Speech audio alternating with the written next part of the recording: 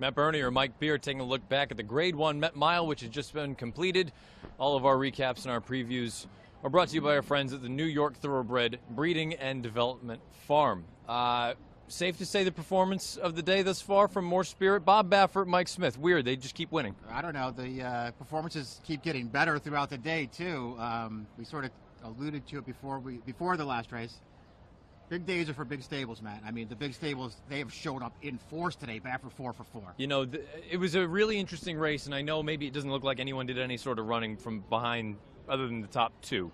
Sharp Azteca breaks on top, goes to the front. More Spirit. My biggest concern was More Spirit had never seen that kind of gas, and he'd never been that close. And guess what? He pressed the entire way. They set a legitimate pace.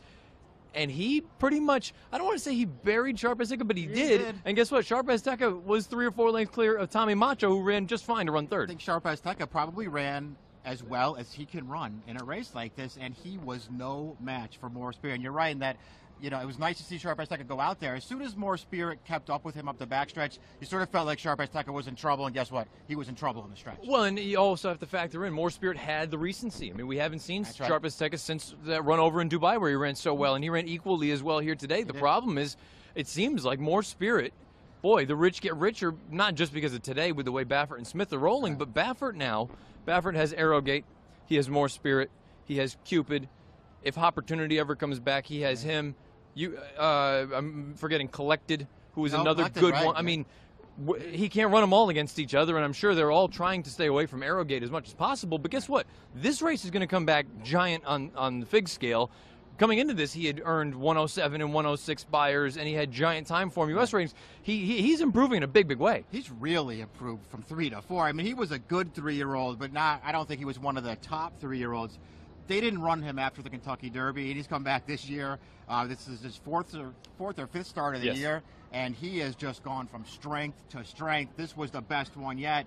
I mean, I'm assuming that Baffert finds a very, very big race for his next start, and guess what? He won't be easy to beat. You know, arguably one of the favorites in there, depending on who else shows up. But if you run in a race like the Whitney, you've got to assume that's at least on their radar now. Push him out to a 1 1/8 miles and see if he's as good at a 1 1/8 miles as he is at a mile. But my goodness, what a performance from More Spirit. Sharp Azteca loses nothing in defeat. The rest of the field, Tommy Macho put in a bit of a run.